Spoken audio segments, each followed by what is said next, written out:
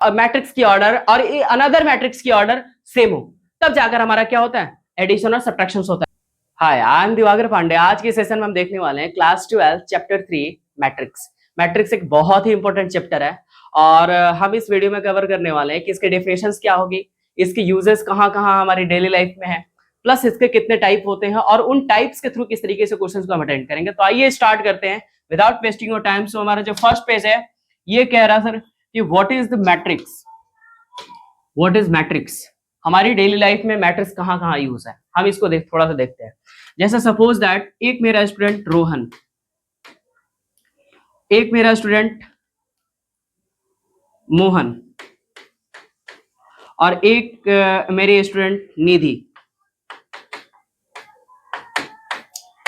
ये तीन स्टूडेंट्स हैं मेरे पास जिन्होंने मैथ में स्कोर किया कितना 98, इन्होंने किया 77, इन्होंने स्कोर किया 62% के फॉर्मेट में।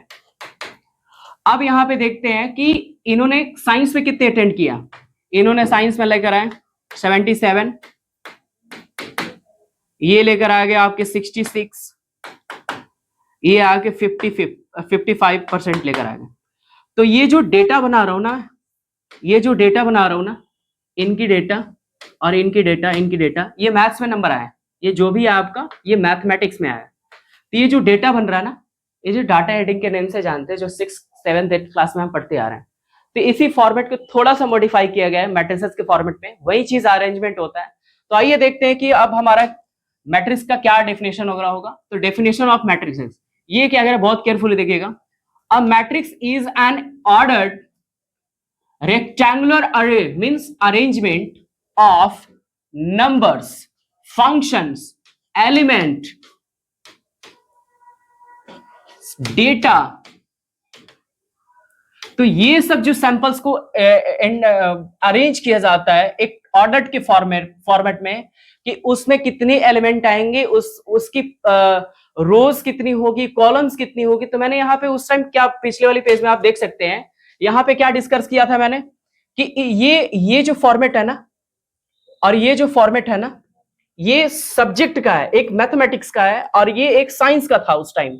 तो ये जो हमारा फॉर्मेट होगा इसे हम क्या कहेंगे, ये जो फॉर्मेट है उसे हम क्या कहेंगे, ये जो फॉर्मेट है इसे क्या कहेंगे, ये जो फॉर्मेट है इसे हम क्या कहेंगे। तो इसी के बारे में हम डिस्कस करने वाले हैं। तो जैसा कि इसमें मैंने क्या बताया कि और फंक्शंस, एलिमेंट, डेटा एक्सेट्रा।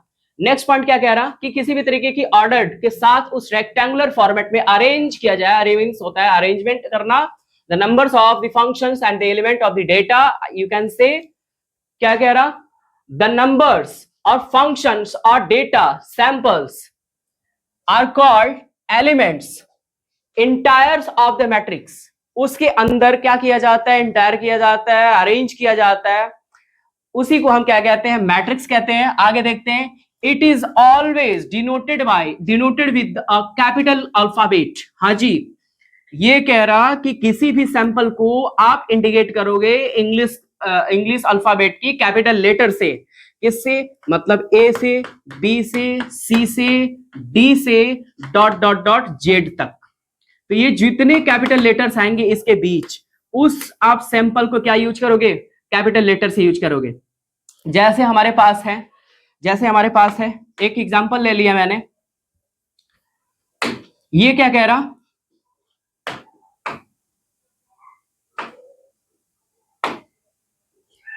ये कह रहा सर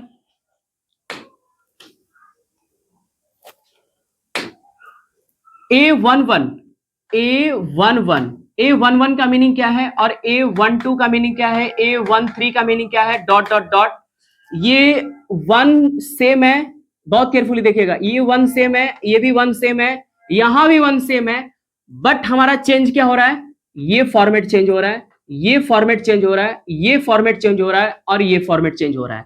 तो इसने इंडिकेट किससे किया है, 1 n से इंडिकेट किया है। A हमारा एलिमेंट है और ये 1 हमारा फर्स्ट R1 है जिसे हम रो बोलते हैं, और ये हमारा सेकेंड रो है जिसे हम R2 के नेम से जानते हैं, और ये हमारा थर्ड रो है R3 है और ये हमारा फोर्थ रो है, R4 के नेम से जानेंगे हम इसे, ठीक है। और ये हमारा C1 है, ये C2 है, ये C3 है और ये C4 है और ये C1 C2 C1 C2 C3 C4 C5 है।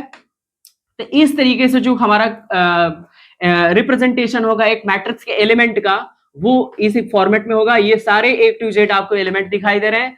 अब मैं बता रहा हूं एक थोड़ा सा इंटरेस्टेड चीज एक, कि सर जो ये फॉर्मेट दिखाई दे रहा है ना 821, ये 821 जो है ना, ये 2 जो है वो सेकंड रो के रिप्रेजेंट कर रहा है। देखिए सेकंड रो मैंने यहां पे सेकंड रो R2 लिखा है, और ये जो 1 है ना ये कॉलम को रिप्रेजेंट कर रहा है। देखिएगा C1 में R2, तो पहले हम इंडिकेट क्या करते हैं, यहां पहले होता है रो बाई, इसे हम मल्टीप्लाई नहीं बोलेंगे, हम इसे बाई बोलेंगे, कॉलम।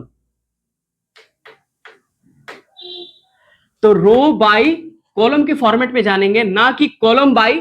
और ये चीजें हम पहले नहीं बोलेंगे, केयरफुली देखेंगे, इस चीज को कॉलम को हम पहले नहीं बोलेंगे, हम पहले रो बोलेंगे इसके बाद कॉलम बोलेंगे, ठीक है। तो ये कंडीशन यहां पे थोड़ा सा देखें तक, यहां क्या कह रहा, ये कह रहा सेकंड क्या कॉलम और थर्ड रो। तो सेकंड रो और थर्ड कॉलम, तो थर्ड कॉलम है हमारे पास, क्योंकि रो पहले आता है इसके बाद कॉलम आता है, तो मैंने बोल दिया सेकंड रो और थर्ड कॉलम हो गया हमारा। हो कि बिल्कुल क्लियर होगा। आइए देखते हैं नेक्स्ट पेज पे हमारा क्या है। अब एक एग्जांपल्स देखते हैं कि अब इसको इंडिकेट किस तरीके से किया जाता है। एलिमेंट्स को रिप्रेजेंट किया जाता है इस फॉर्मेट में और इस फॉर्मेट में और इस फॉर्मेट में, जैसे A B C D 1 2 3 4 X Y P Q। तो इस तरीके से सैंपल्स को रिप्रेजेंट किया जाता है, डेटा को, एलिमेंट्स को। और इन होल एलिमेंट्स को मतलब मैं क्या कह रहा हूं, इन होल एलिमेंट्स को, इस होल एलिमेंट्स को किससे रिप्रेजेंट किया जाता है, किससे रिप्रेजेंट किया जाता है, अल्फाबेट की कैपिटल लेटर से।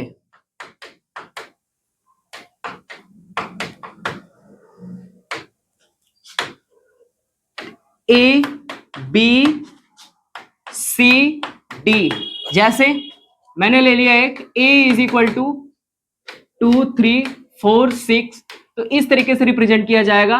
अब ये इसकी रो कितनी है, तो सर ये R1 है, सर ये R2 है, और ये सर ये C1 है और ये C2 है। बिल्कुल होप कि क्लियर होगा।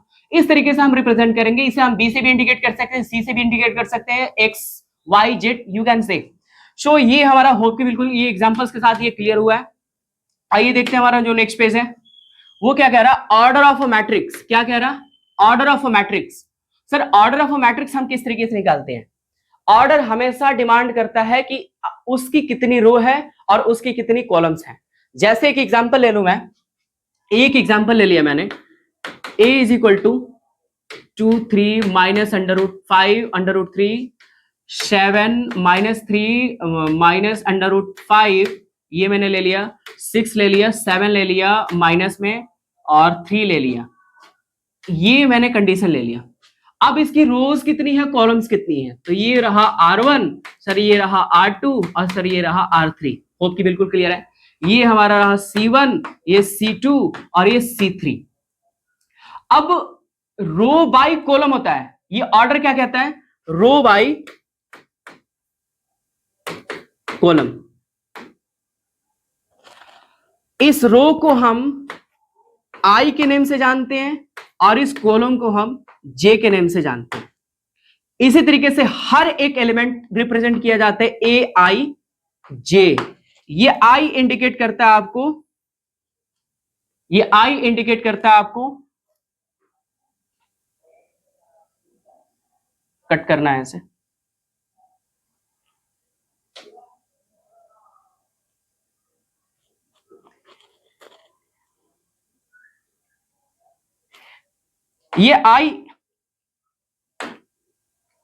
ये आई रिप्रेजेंट करता है एक रो को और जी हमारा रिप्रेजेंट करता है एक कॉलम को।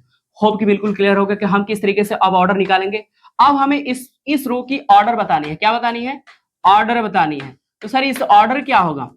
यहां पे फर्स्टली आपको रो कितना दिया है सर? 3 दे रखा है और कॉलम्स कितने दे रखे हैं? लास्टली हमारा 3 दे रखा है। तो जो इसकी ऑर्डर बनेगी वो 3/3 की बनेगी। एक और एग्जांपल्स बी मैंने ले लिया, 2 3 4 7 6 8 -2 -3।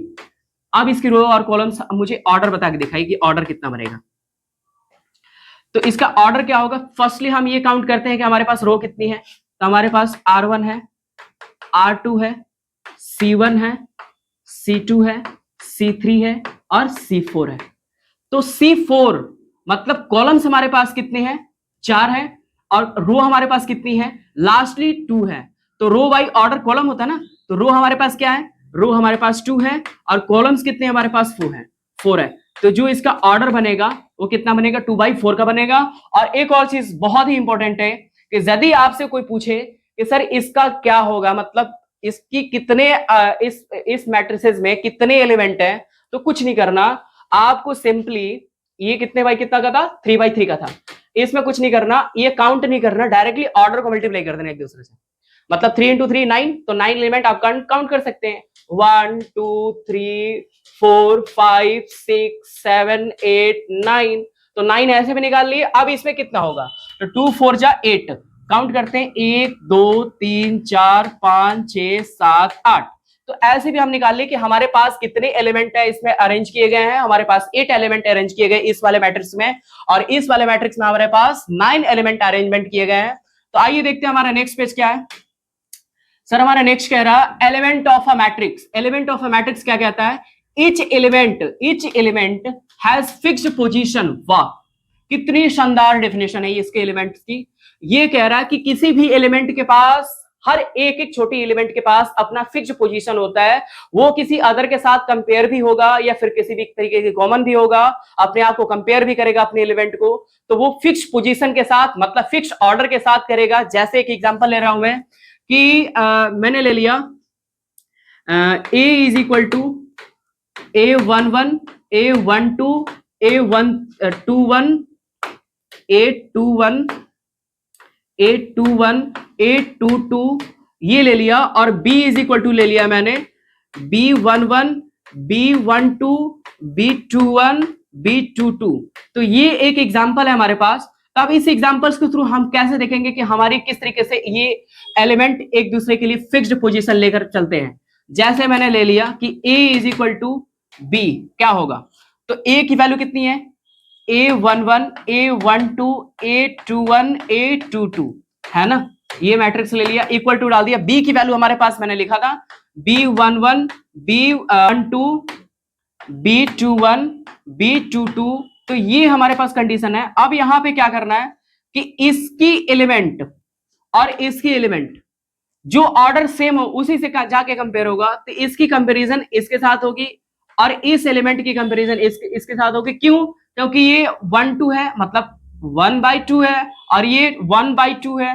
तो ये जो ऑर्डर सेम है ना, ये A11 is equal to B11 के साथ होगा, और A12 B12 के साथ ही होगा, B12 के साथ ही होगा, B12 के साथ ही होगा। तो ये कंडीशंस ऑर्डर सेम होना चाहिए। तो यही कह रहा है कि the each element has fixed position. तो सारे एलिमेंट के पास फिक्स्ड पोजीशन होना चाहिए। तो ये आप बिल्कुल केयरफुली देखेंगे क्योंकि इस पे बहुत सारे क्वेश्चंस आपके आने वाले हैं। तो अब देखते हैं हमारे जो नेक्स्ट पेज क्या कह रहा। ये कह रहा एग्जाम्पल बहुत केयरफुली देखेंगे। ये हमारा 3.1 से है, एनसीईआरटी से। ये कह रहा है, ये हमारे पास मैट्रिसेस दे रखा है A इज इक्वल टू हमारे पास कोई मैट्रिक्स है। The order of a matrix, हमारे पास इसके कितने ऑर्डर्स हैं? सिंपली देखते हैं 1 2 3 4। तो हमारे पास R1 R2 R3 C1 C2 C3। ये हमारे पास जो R1 है, मतलब रो है, वो 3 है, और बाई कॉलम्स कितनी है हमारे पास? 3 है। तो जो इसका ऑर्डर बनेगा सर, इसका जो आंसर होगा वो क्या होगा? 3/3 का होगा। तो इसका जो आंसर हुआ कंप्लीट। अब देखते हैं हमारे पास नेक्स्ट क्वेश्चन क्या कह रहा। नेक्स्ट क्वेश्चन कह रहा द नंबर ऑफ एलिमेंट्स। तो मैंने स्टार्टिंग में बताया था कि जब आपको नंबर्स फाइंड करना हो तो उस कंडीशन में हम क्या करते हैं कि ऑर्डर की जो वैल्यू दे रखी है उसकी मल्टीप्लाई कर देते हैं, तो जो सेम आता है वही हो जाता है हमारा वैल्यू। तो हमारे पास एलिमेंट कितनी है 3 रोज, तो 3 रोज और 3 कॉलम्स, तो 3 3 जा 9। तो हमारे पास कितने मिलेंगे एलिमेंट्स, 9 एलिमेंट्स मिलेंगी, 9 एलिमेंट्स मिलेंगी। होप कि बिल्कुल क्लियर है। आगे नेक्स्ट थर्ड नंबर क्वेश्चन क्या है, right the elements A13 A33 A23 A22 A21। ठीक है सर, मैंने जस्ट पोजीशन आपको बताया था कि ये हमारा A11 होता है, A12 होता है, A13 होता है, A21 होता है, A22 होता है, A23 होता है, A31 होता है, A32 होता है और A33 होता है। तो हमारी पोजीशन पूछ रहा है कि उस एलिमेंट की क्या पोजीशन है। तो मैंने जस्ट स्टार्टिंग में आपको क्लियरली तरीके से बताया था कि क्या होगा। तो A13 की बता दीजिए आप कि A13 के प्लेस पर क्या है, हमारा सर 19 है, तो इसके प्लेस पर हमारा 19 आएगा। इसका आंसर हो गया A33। तो A33 के प्लेस पर क्या है, -5 है, तो A33 के प्लेस पर हमारा -5 आ गया। इसका भी हमारा सेट बन गया सर। आगे देखते हैं A23 हमारा क्या है, कहां गया, A23 हमारा है 5/3, तो इसका आंसर 5/3 हो गया। और हमारे पास क्या है, 5/2 है, 3 नहीं है 2 है, सॉरी 2 है हमारे पास। आगे A22 हमारे पास देखिए हमारे पास 7 है, तो ये हमारा 7 हो जाएगा। और आगे लास्ट हमारा A21, तो A21 हमारे पास 35 है, तो ये हमारा 35 आंसर हो गया। बिल्कुल होप कि क्लियर होगा। ये कंडीशंस हमारी आती है एनसीईआरटी के क्वेश्चंस में, तो बिल्कुल ये शॉर्ट था। अभी हम देखेंगे और भी स्टैंडर्ड लेवल के क्वेश्चंस। तो हमारे पास क्या कह रहा, construct 2/2 of the matrix whose elements are in the form of aij modulus 3i minus 5j upon 2। ठीक है, मैं कंडीशंस बता दे रहा हूं आपको, एक प्रॉपर्टीज आपको पता हो कि जब कोई भी मॉडुलस के अंदर कुछ भी ऐसी -2 होता है या फिर +2 होता है, ये हर कंडीशन में पॉजिटिव ही देता है, ये आपको याद होना चाहिए।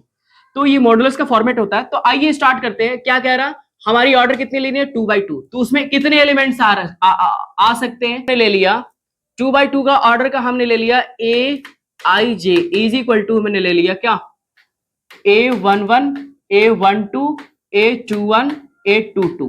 ठीक है, अब एक एक एलिमेंट हमें निकालनी है इसके थ्रू। तो A11 किसके थ्रू निकालनी है, क्यों, क्योंकि ये क्या फॉर्मेट दे रखा है aij, ये I इंडिकेट करता है रो को और J इंडिकेट करता है कॉलम को। बहुत ही केयरफुली देखिएगा, ये I इंडिकेट करता है रो को और J इंडिकेट करता है कॉलम्स को। तो हमारे पास क्या है, aij is equal to modulus of 3i minus 5j और मॉडुलस ऑफ क्लोज है, इसके बाद 2 है अपॉन 2 है, तो इसके प्लेस पर हमें रखना है। तो सर aij, तो a यहां पे क्या फॉर्मेट है aij, तो i के प्लेस पर क्या है 1 है और j के प्लेस पर सर क्या है हमारा 1 है, तो इसके प्लेस पर हम रखते हैं। तो modulus of 3 × 1 minus 5 × 1 modulus of upon 2, तो देखते हैं क्या आता है। 3 × 1 हमारा क्या आ गया, 3 × हमारा 2 आ गया और 2 माइनस 5 कितना हो गया -2, और -2 मॉडुलस के अंदर है, तो मैंने बताया था आपको कि -2 हमारा बाहर होगा तो पॉजिटिव के फॉर्मेट में होगा, तो 2/2 कट के हमारा 1 आ गया। तो A11 की वैल्यू हमारे पास 1 आ गई। A12 की वैल्यू अब क्या आएगी, बिल्कुल थोड़ा सी अब स्टैंडर्ड लेवल के हम चलेंगे। तो 3 × i की वैल्यू हमारे पास 1 है, -5 × j की वैल्यू हमारे पास 2 है, अपॉन 2 है, अपॉन 2 है। अब ये देखिएगा कंडीशन क्या होगा, तो 3 × 1 हमारा क्या होगा 3 होगा और 5 × 10 हमारा 10 होगा, तो 10 - 3 हमारे पास -7, तो -7 हमारे मॉडुलस के अंदर है, तो -7 हमारा पॉजिटिव होगा, तो 7/2 कंडीशन आया। अब देखते हैं हम क्या निकालने जा रहे हैं, A12 हो गया, इसके बाद हमें क्या निकालना है A22, तो A21 की वैल्यू अब देखते हैं। मॉडुलस ऑफ i की वैल्यू हमारे पास क्या है 2 है, -5 × j की वैल्यू हमारे पास 1 है और ये क्लोज हमारा 2, और ये कंडीशन हमारा आ गया 2 3 जा 6 हो गया, अब 5 ये तो ग्रेटर हो गया, तो ये 6 - 5 हमारा 1 हुआ, 1/2 2, तो ये 1/2 हमारा आंसर आया 822 का। तो 821 का 822 का देखते हैं, इसमें भी दोनों में सेम है, तो 3 into 2 और -5 into 2 modulus of is equal divided by 2। तो आप देखते हैं 3 2 6 और 5 2 10, तो 10 - 6 कितना होगा हमारे पास -4 है, तो -4 हमारी मॉडुलस के अंदर है, तो पॉजिटिव हो जाएगा, तो 4/2 ये कैंसिल हुआ, हमारे पास 2 आया। तो अब इसके कंडीशंस पे हम रखते हैं कि हमारी इसकी रिजल्ट क्या आने वाली है। तो जो इसकी रिजल्ट आएगी aij की, जो कि 2/2 का हो, तो ये a11 की वैल्यू हमारे पास क्या आई है सर 1 आया है। उसके प्लेस पे जो जो वैल्यू आपको दे रखा है वहां पे पुट करनी है। a11 की वैल्यू हमारे पास 1 मिला है, a12 की वैल्यू हमारे पास 7/2 है, और a21 की वैल्यू हमें 1/2 मिल चुकी है, और a22 की वैल्यू हमारे पास 2 मिल चुकी है। तो ये कंडीशन जो होगा ये हमारा आंसर होगा, जो कि 2/2 का ये मैट्रिक्स हमें मिल चुका है। होप कि बिल्कुल क्लियर होगा ये कंडीशन। तो ये हमारा एक एग्जांपल रहा, इसमें बहुत सारे ऐसे क्वेश्चंस आएंगे जो कि आप अटेंड कर सकते हैं इस क्वेश्चंस के थ्रू। तो आइए जो है हमारा नेक्स्ट पेज हमारा क्या कह रहा, examples. If a matrix has 24 elements, किसी एलिमेंट्स के पास, किसी मैट्रिक्स के पास 24 एलिमेंट्स है, बहुत केयरफुली देखिएगा, जो हमारा फर्स्ट क्वेश्चन था उसी में उसी से रिलेटेड है ये। What are the possible the orders it can have, कितने उसके पास ऑर्डर हो सकते हैं इस 24 एलिमेंट्स के थ्रू। तो सर कोई नहीं, हम स्टार्ट करते हैं कि हमारे पास कोई suppose that A is equal to, हमारे पास कुछ एलिमेंट है, हमारे पास कुछ एलिमेंट है, और उसका जो ऑर्डर है वो कितना है हमें पता नहीं है, और ये 24 एलिमेंट्स है, सब मिलाकर 24 एलिमेंट्स हैं। तो इसकी ऑर्डर कितनी हो सकती है, चलिए देखते हैं। तो हमारे पास ऑर्डर कितनी है, एक हो सकता है 1/24 मिल सकता है, एक हो सकता है हमारे पास 2 into 12, ये भी हो सकता है। 24 एलिमेंट्स तभी तो निकलेगा 24 एलिमेंट्स के लिए। 3 into 8 हो सकता है, 4 into 6 हो सकता है, 6 into 4 हो सकता है, 5 के साथ तो होगा नहीं, 7 के साथ तो होगा नहीं, 8 के साथ होगा, तो ये 8 भी ले लेंगे हम, 8 भी ले लेंगे, तो 8 into 3 हो सकता है, और क्या हो सकता है 9 के साथ तो होगा नहीं, 10 के साथ तो होगा नहीं, 11 के साथ तो होगा नहीं, 12 के साथ होगा, तो 12 into क्या 2, और डायरेक्टली अब 24 into 1। तो कितने एलिमेंट्स हो रहे हैं, कितने ऑर्डर्स बन रही है, 1 2 3 4 5 6 7 8 ऑर्डर्स बन रही है इस सिर्फ और सिर्फ 24 एलिमेंट्स के थ्रू। तो ये जो इसका आंसर हुआ वो ये हुआ। होप कि बिल्कुल क्लियर होगा आपको। तो अब जो हमारा नेक्स्ट पेज है वो क्या कह रहा, 10 number, the number of all possible matrix. क्या कह रहा है, बहुत केयरफुली देखिएगा, बहुत ही मतलब आप इसको स्टार डाल लीजिए, मैं ये डाल रहा हूं। क्या कह रहा, the number of all possible matrices, सारे नंबर के लिए जिसमें order 3/3 with the each entry, जो एंट्री होगा वो 0 और 1 से होगा। बहुत ही केयरफुली देखना, ये 0 और 1 से होने वाला एंट्री, तो उसकी पॉसिबल मैट्रिसेस कितनी होने वाली है जिसमें 3/3 की हो।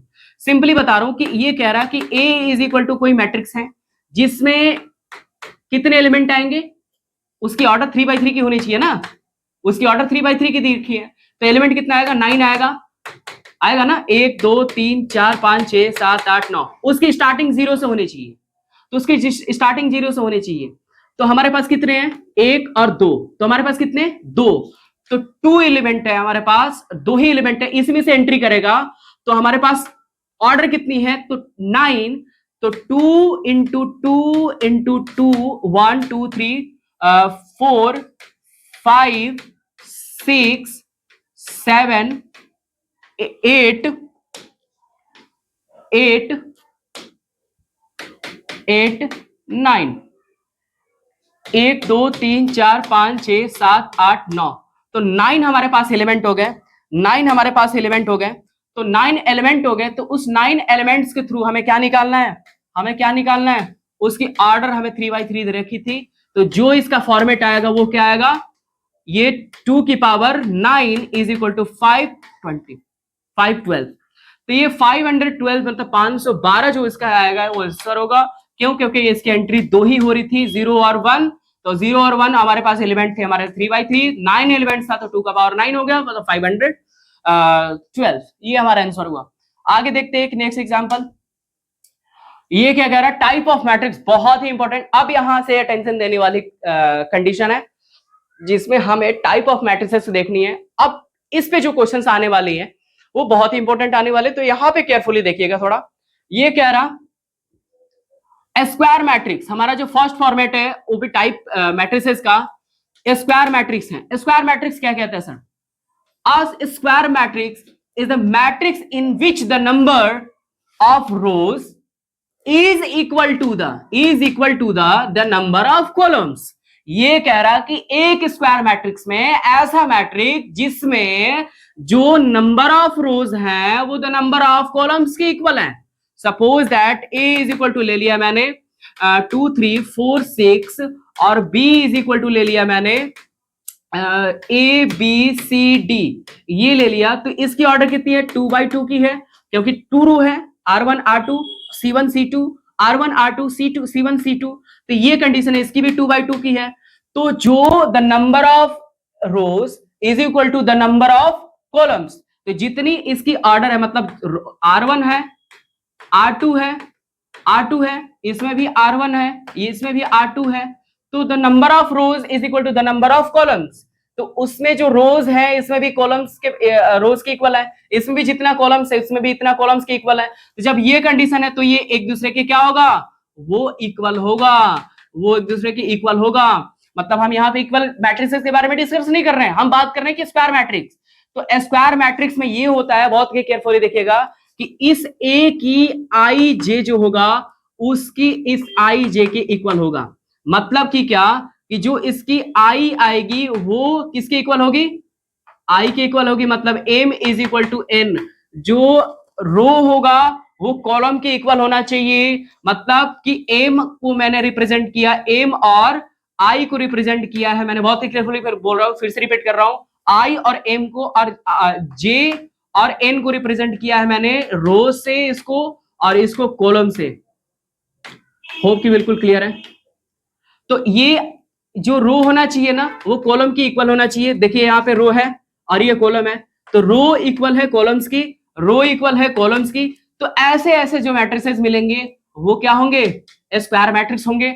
आगे देखते हैं, नल मैट्रिक्स बोलते हैं या फिर अवॉइड मैट्रिक्स बोलते हैं या फिर एम्प्टी मैट्रिक्स बोलते हैं, अपनी अपनी लैंग्वेज से अलग अलग बुक में।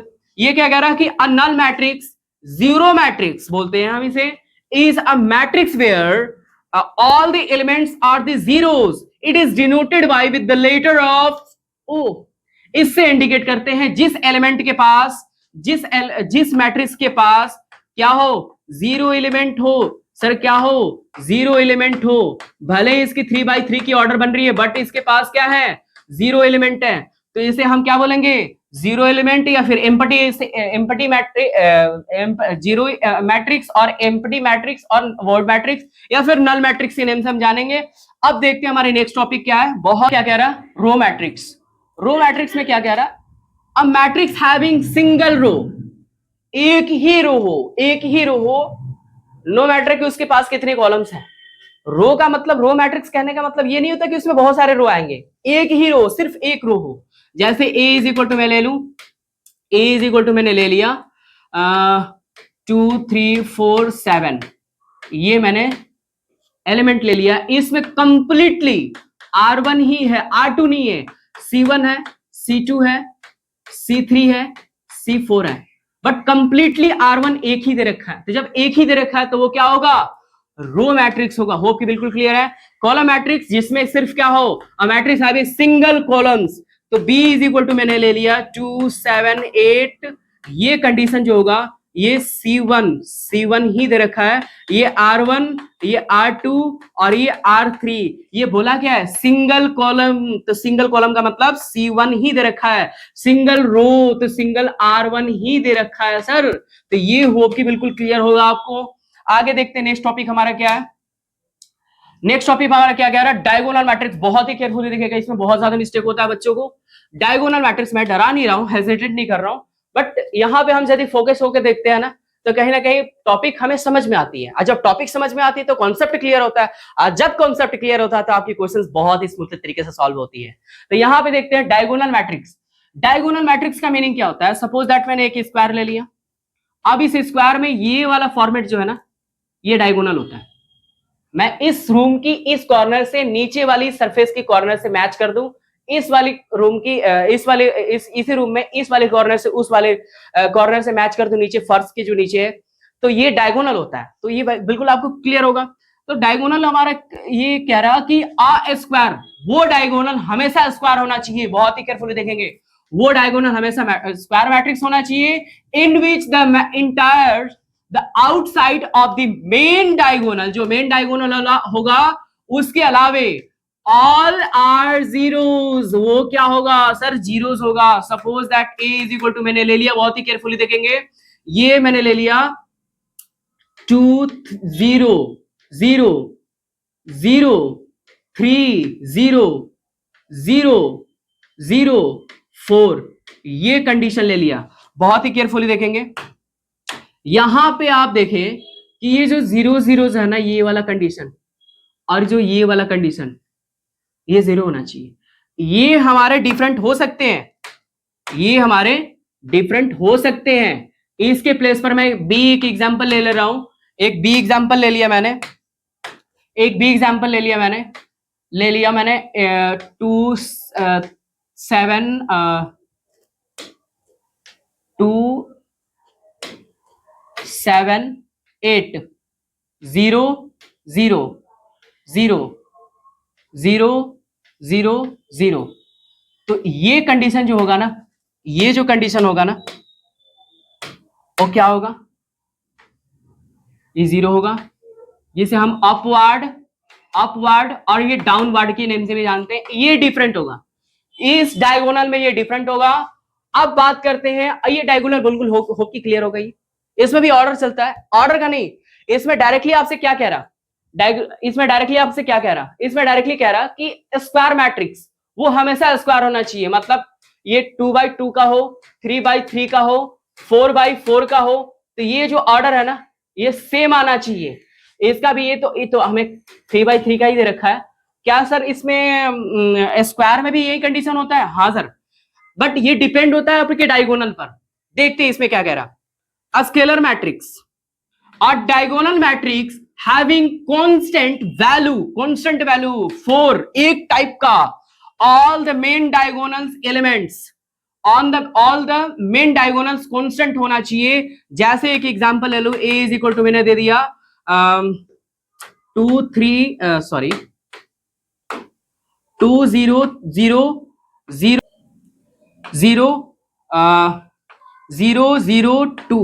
तो ये जो है ना, ये जो है ना, ये जो 2, ये सेम होना चाहिए। एक बी एग्जांपल ले लू, 6 0 0 0 6 0 0 0 6, ये जो आना चाहिए ना, ये सेम आना चाहिए।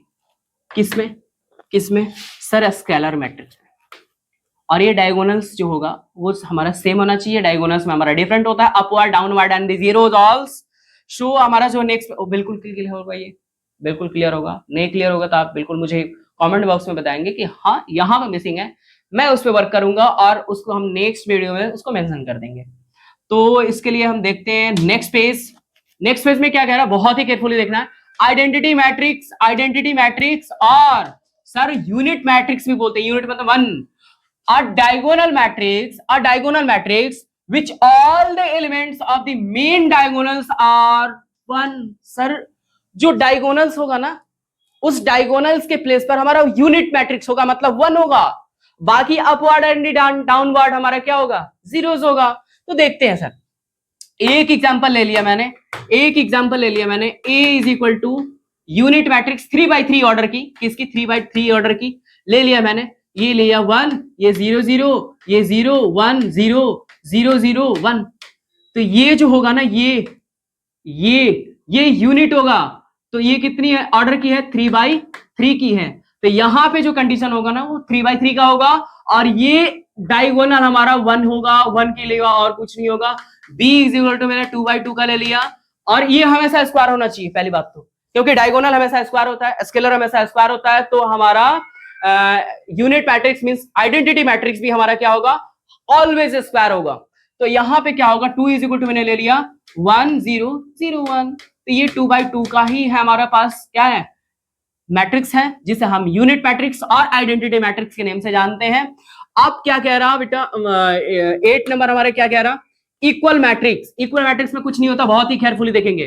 To matrices are said to be the equal if they have same orders and their corresponding element are also equal. हमेशा वो इक्वल होता है। एक एग्जांपल्स ले लेते हैं। एक example, A is equal to मैंने ले लिया 2 3 4 6, बी इज इक्वल टू ले लिया मैंने, ये भी 2/2 की है, और बी इज इक्वल टू ले लिया मैंने 2 3 4 6। तो ये जो होगा ना, इसके एलिमेंट भी कोरस्पॉन्डिंग सेम है। देखिएगा, एलिमेंट हमेशा सेम होना चाहिए अपनी अपनी पोजीशन पर। तो ये 2 यहां भी है, 2 यहां भी, 3 यहां है, 4 यहां है, 6 यहां, सेम कंडीशन 2 3 4 6, ये भी 2/2 की है। तो ऑर्डर जो होना चाहिए वो ए का 2/2 या 3/3, यू कैन से, आप अपने अकॉर्डिंगली ले सकते हैं, क्वेश्चन पे अपने अकॉर्डिंगली वो आपको दे सकता है। ये बी का भी एलिमेंट 2/2 का होना चाहिए ऑर्डर, और उसके पोजीशन ऑफ द एलिमेंट बेटा वो सेम होना चाहिए। होप कि बिल्कुल क्लियर है आपको।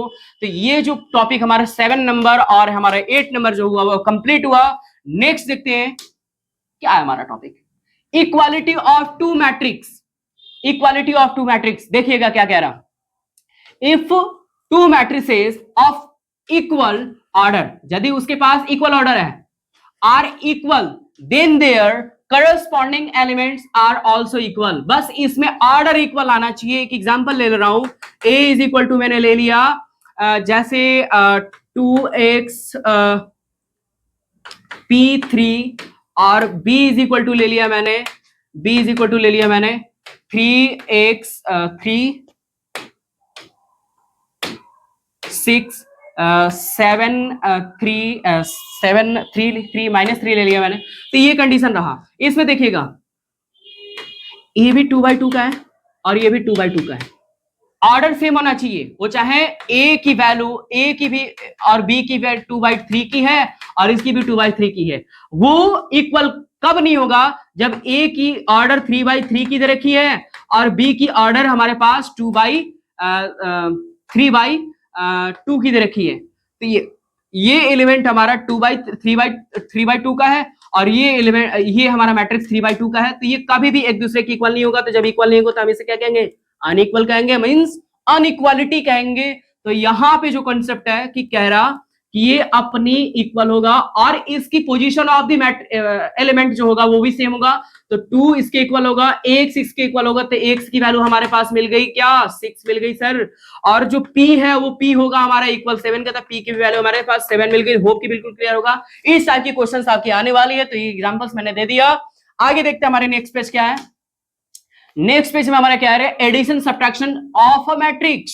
एडिशन और सब्ट्रैक्शन में दोनों में क्या क्या चेंज होते हैं, बहुत ही केयरफुली देखिएगा। इसमें एक चीज मैं इंपॉर्टेंट बता देना हूं कि एक एलिमेंट की, एक मैट्रिक्स की किसी अनदर मैट्रिक्स से तभी जाके एडिशन और सब्ट्रैक्शन होती है जब उस की ऑर्डर, मतलब एक मैट्रिक्स की ऑर्डर और अनदर मैट्रिक्स की ऑर्डर सेम हो, तब जाकर हमारा क्या होता है, एडिशन और सब्ट्रैक्शन होता है। जैसे एक एग्जांपल ले लूं मैं, एक एग्जांपल ले लिया मैंने, a इज इक्वल टू 2 3 4 6 7 8 और ये हमारा आ गया 3 आ गया, ये हमारा 1 आ गया।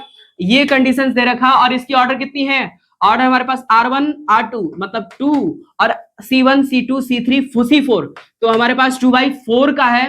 बी के पास भी सर 2/4 का ऑर्डर का होना चाहिए, मैट्रिक्स एलिमेंट होना चाहिए। तो मैंने ले लिया 1 2 3 4 5 6 और क्या 7 8, 7 ही ले लिया क्योंकि ज्यादा हो जाएगा ना, वो तो 5 हो जाएगा फिर। तो ये हमारे पास हो गया 8 हो गया।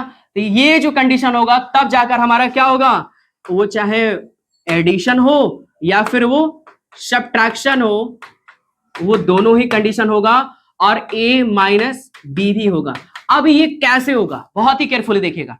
a माइनस बी का मतलब a प्लस बी का मीनिंग क्या होता है कि इसकी मैंने बता दिया था, पोजीशन ऑफ द एलिमेंट अपने सेम प्लेस से सेम प्लेस अनदर एलिमेंट के सेम प्लेस से ही ऐड होगा, सब्ट्रैक्ट होगा, जो भी होगा।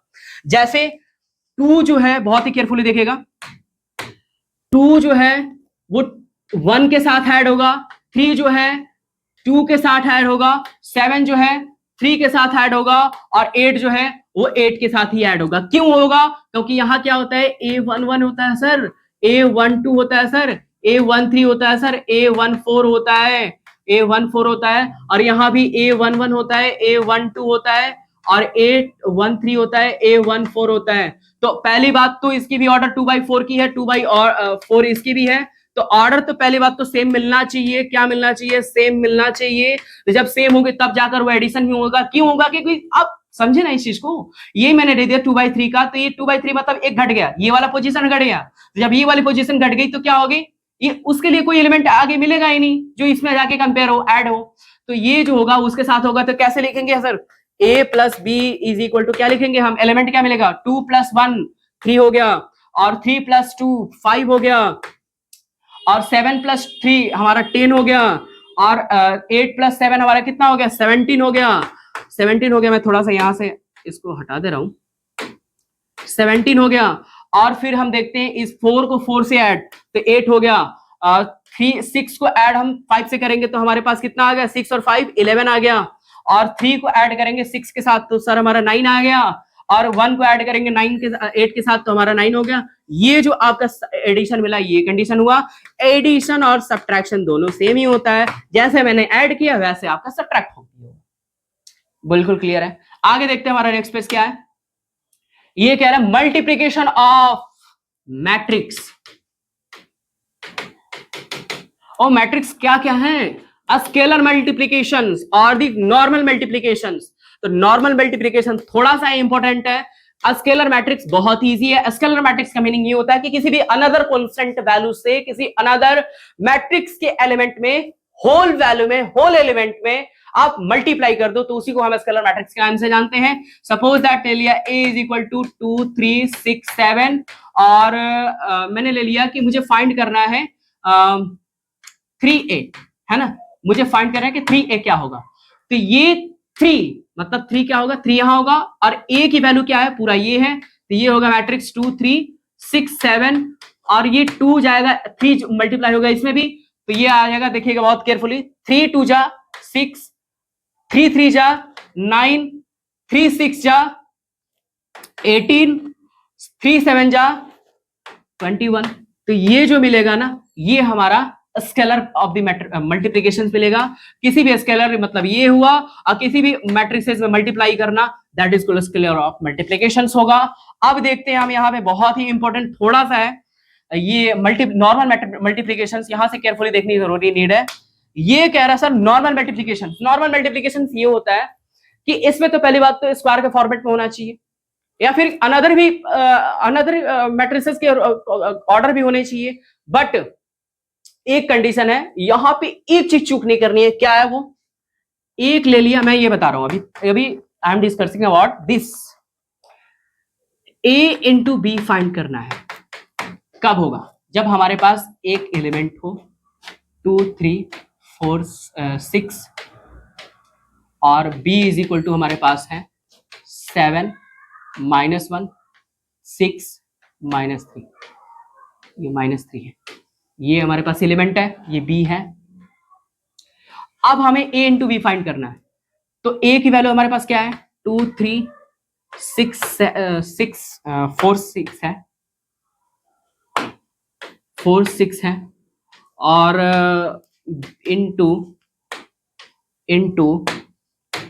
इंटू बी हमारे पास क्या है? 7 -1 6 -3। ठीक है। अब बहुत ही केयरफुली देखिएगा, कभी भी हमारी ऑर्डर क्या होती है? रो बाई कॉलम्स होती है ना, रो बाई कॉलम्स होती है ना, हमेशा रो और कॉलम्स ही होगा मल्टीप्लीकेशन। अब कैसे? पहले तो ऑर्डर चेक करेंगे कि ऑर्डर सेम है कि नहीं सेम है, और उसका आगे जाके रिजल्ट क्या आएगा, और उस जो रिजल्ट आएगा उसकी ऑर्डर क्या होगी ये भी देखेंगे हम। तो इसकी क्या है? 2/2 का है, और ये 2/2 का है, ये भी ऑर्डर सेम, ये भी ऑर्डर सेम।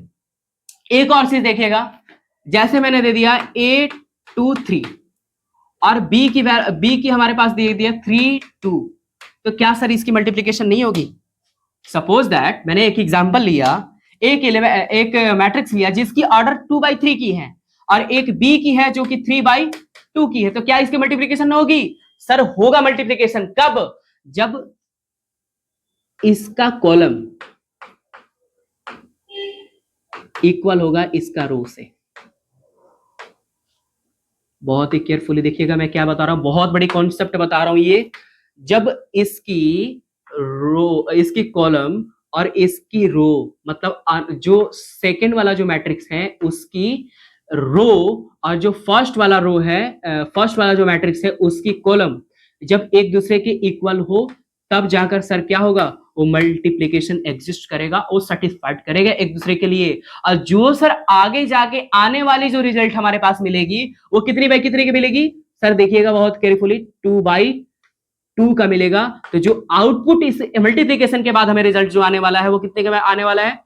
2/2 का। वो चाहे सी हो, सपोज दैट सी हमारे पास आने वाला है, तो जो उसका रिजल्ट आएगा वो 2/2 का ऑर्डर का होगा। ये बिल्कुल नोट की तरह आप लिख लीजिएगा, इस नोट को लिख लीजिएगा कि जब 2/3 का कोई ऑर्डर हो मैट्रिक्स का और कोई अनदर हमारे पास 3/2 का हो और उसकी मल्टीप्लीकेशन फाइंड करनी हो, तो इसका फर्स्ट वाले का कॉलम और सेकंड वाले का रो ये इक्वल होना चाहिए, ये सेम होना चाहिए, तब जाकर वो मल्टीप्लीकेशन एग्जिस्ट करेगा। ना कि एक एग्जांपल मैं ले रहा हूं यहाँ पे, बहुत केयरफुली देखिएगा।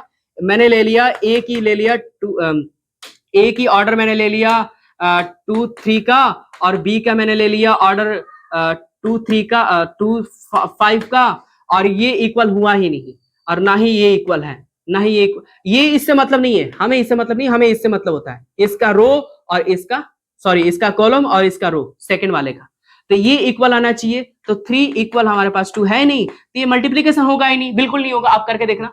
अब मैं मल्टीप्लीकेशन थोड़ा सा डिस्कस कर रहा हूं यहाँ पे, जो हमने एग्जांपल्स लिया था यहाँ पे, एग्जांपल्स लेकर आ चुके हैं हम, तो यहाँ पे देखते हैं, इसको आप नोट कर लीजिएगा।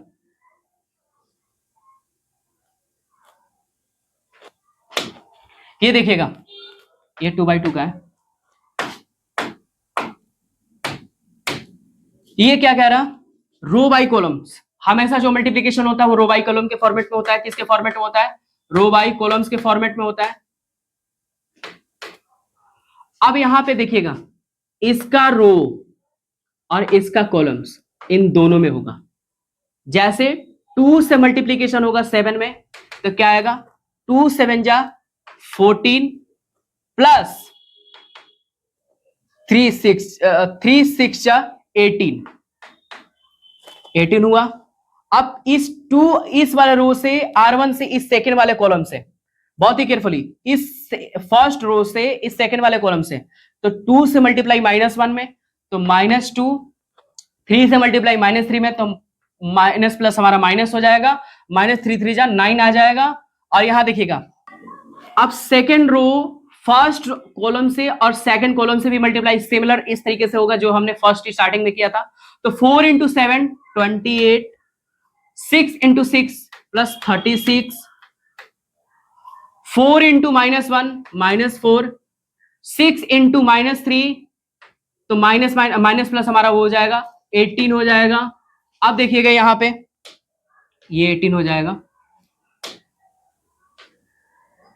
अब ये हमारा मैट्रिक्स बना, और जो इसकी रिजल्ट भी आने वाली है 2/2 की आने वाली, ये भी 2/2 का है। अब इसका क्या रिजल्ट आ जाएगा?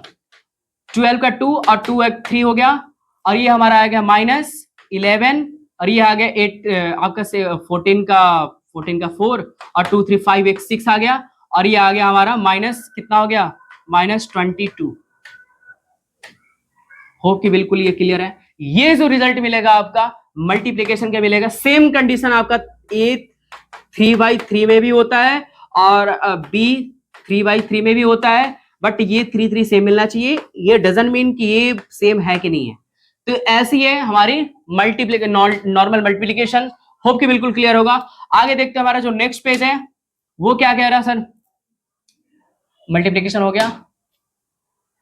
अब यहां पे कह रहा हॉरिजॉन्टल मैट्रिक्स, थोड़ी सी एडवांस लेवल की है जो कि एनसीईआरटी में अवेलेबल नहीं है। हॉरिजॉन्टल मैट्रिक्स क्या है?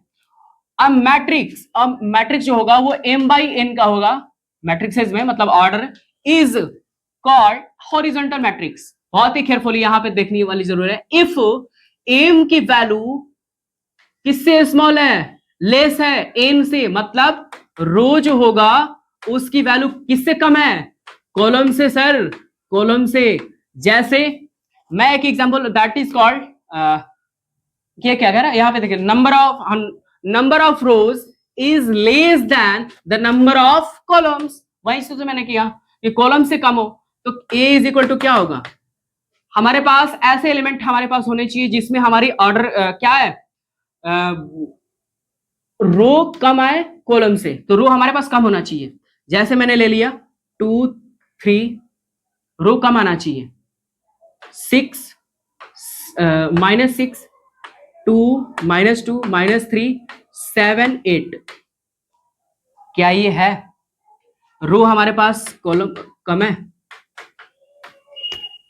कॉलम्स हमारे पास ज्यादा हैं, कॉलम्स ज्यादा है कि नहीं है कि नहीं है, कॉलम्स हमारे पास ज्यादा है ना, तो ये हमारा क्या होगा, हॉरिजॉन्टल मैट्रिक्स होगा। अब देखते हैं हमारे नेक्स्ट टॉपिक क्या है। नेक्स्ट टॉपिक क्या कह रहा, वर्टिकल मैट्रिक्स। वर्टिकल मैट्रिक्स में क्या होना चाहिए, जो m बाई n का जो ऑर्डर होना चाहिए वो क्या आना चाहिए, वो क्या आना चाहिए सर, वो हमारा आना चाहिए वर्टिकल मैट्रिक्स जब वो क्या हो, जब वो क्या हो m ग्रेटर हो n से, मतलब m ग्रेटर हो, मतलब उसकी जो रो आएगी वो सबसे ज्यादा होनी चाहिए। तो b, उसमें a लिया था हमने, इसमें b ले लिया, तो b इज इक्वल टू क्या होगा, एक ले लिया हमने जिसमें कॉलम्स ज्यादा आएगी, सॉरी रो ज्यादा आएगी, 2 3 4 6 7 8। क्या ये है, क्या r1 ज्यादा होना चाहिए, r2 r3 c1 and c2, मतलब एक ज्यादा है रो इससे, तो जो रो होना चाहिए वो क्या होना चाहिए सर, ग्रेटर होना चाहिए कॉलम से। तो क्या यहाँ पे दिखाई दे रहा है क्या कि ये हमारा वर्टिकल मैट्रिक्स है, ये कंडीशन होगा। थोड़ा बहुत प्रॉपर्टीज है, ये सब चीजें पूछती है। आगे जो 20 नंबर हमारा ये कह रहा, ट्रांसपोज ऑफ अ मैट्रिक्स, बहुत ही केयरफुली देखिएगा। ट्रांसपोज ऑफ अ मैट्रिक्स को हम डिनोट करते हैं किससे, a की पावर स्मॉल t से, a की पावर कैपिटल T से, और a की पावर डैश से, इससे हम रिप्रेजेंट करते हैं। अब क्या होता है, बहुत ही केयरफुली देखिएगा। सपोज दैट मैंने ले लिया a इज इक्वल टू 2 3 4 6, ठीक है, और हमें क्या फाइंड करनी है, ट्रांसपोज। तो ट्रांसपोज का मतलब क्या होता है, यहां से उठा के यहां करना, तो रो की जो है वो भी तो चेंज होगी कॉलम के फॉर्मेट में, और कॉलम जो है वो रो के फॉर्मेट में चेंज होगी, इसी पोजीशन की बात कर रहा है ना। तो यहां पे क्या होगा, ए का जो कॉम्प्लीमेंट ट्रांसपोज जो आएगा वो क्या आएगा, ए का ट्रांसपोज क्या होगा, रो जो है वो कॉलम के फॉर्मेट में, देखिएगा ये हमारा रो है वो कॉलम के फॉर्मेट में चेंज होगा, और ये भी ये सेकंड रो आपकी कॉलम के फॉर्मेट में चेंज होगा, और कॉलम हमारे रो के फॉर्मेट में चेंज होगा। तो देखिएगा क्या होगा, यहाँ पे क्या होगा, 2 3 हो जाएगा और 4 6 हो जाएगा। होप कि बिल्कुल क्लियर है, ये हमारा आंसर हुआ। एक और एग्जांपल ले लेते हैं, जैसे मैंने ले लिया b इज इक्वल टू 2 6 7 3 8 -1 6 7 -7 0, ये कंडीशन है। इसको हमें चेंज करनी है ट्रांसपोज ऑफ अ मैट्रिक्स में। तो देखिएगा कैसे चेंज होगा, हमें क्या फाइंड करनी है, b का ट्रांसपोज, तो ये चेंज होगा नीचे, तो ये आएगा 2 6 7, ये जाएगा ऊपर 3 8 -1, बहुत केयरफुली, अब ये जाएगा ऊपर 6 -7 और 0। होप कि बिल्कुल क्लियर है। इस कंडीशन में ये हमेशा क्या होना चाहिए, ये तो मैंने 3/3 का दिया, 2/2 का यहाँ पे ऑर्डर ले लिया मैंने, 2/2 का भी मैंने एग्जांपल दे दिया, ये 3/3 का भी दे दिया। तो होप कि बिल्कुल ये transpose of a matrix clear है। मैंने सिंबल्स वाले लिख दिया सारा। ये क्या कह रहा है, let B any matrix then the matrix obtained by the interchanging rows and the columns is called the transpose of a matrix, and it is denoted by, ये जैसे कि मैंने उस टाइम दिया था, और कैपिटल ए से भी कैपिटल टी से भी इंडिकेट करते हैं। तो इस तरीके से जो मैट्रिक्स होना चाहिए वो will be n by m के फॉर्मेट में चेंज होता है, मतलब रो बाई कॉलम्स के फॉर्मेट में चेंज होता है। m मतलब देखिएगा क्या कह रहा है, m बाई n है तो ये चेंज होगा n बाई m से, बात एक ही है, बस इसके रो और कॉलम्स अपनी अपनी पोजीशंस को चेंज कर रहे हैं। होप कि बिल्कुल क्लियर है।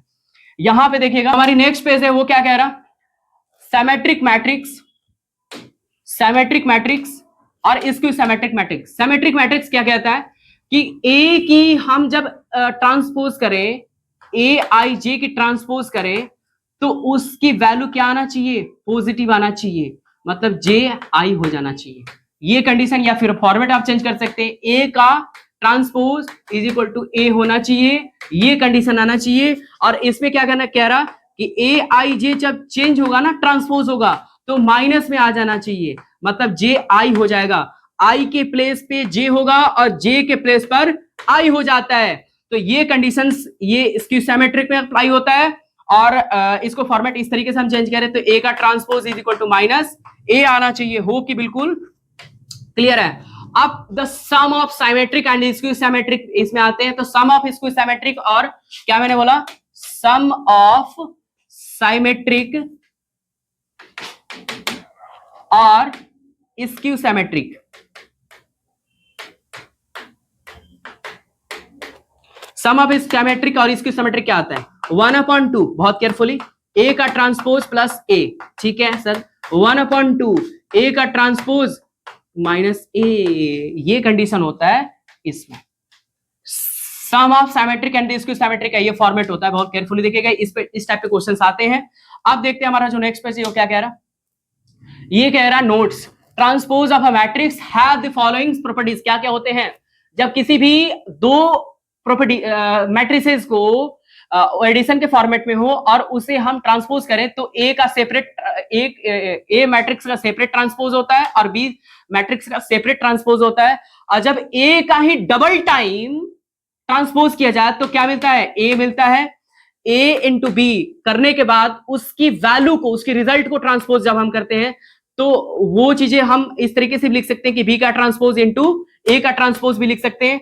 और किसी भी स्केलर क्वांटिटी से किसी भी एक मैट्रिक्स में मल्टीप्लाई किया जाए और उसका कहते हैं स्केलर पे कभी भी ट्रांसपोज का साइन नहीं होता है, सिर्फ ए पर होता है। यहां पे केयरफुली देखेंगे, वेयर के इज अ स्केलर। अब क्या कह रहा है, ए माइनस बी में जैसे पूरी ए प्लस में होता है वो माइनस में भी वही कंडीशन होता है। तो होप की बिल्कुल क्लियर है। तो यहां तक जो हमारी अभी तक जर्नी जो गई वो बहुत ही होप की बिल्कुल बेटर गई होगी और आपको समझ में भी आया होगा। तो मिलते हैं हम एक्सरसाइज के साथ और कुछ इंपॉर्टेंट क्वेश्चंस के साथ। तो thank you so much for watching मी, मिलते हैं नेक्स्ट वीडियो में।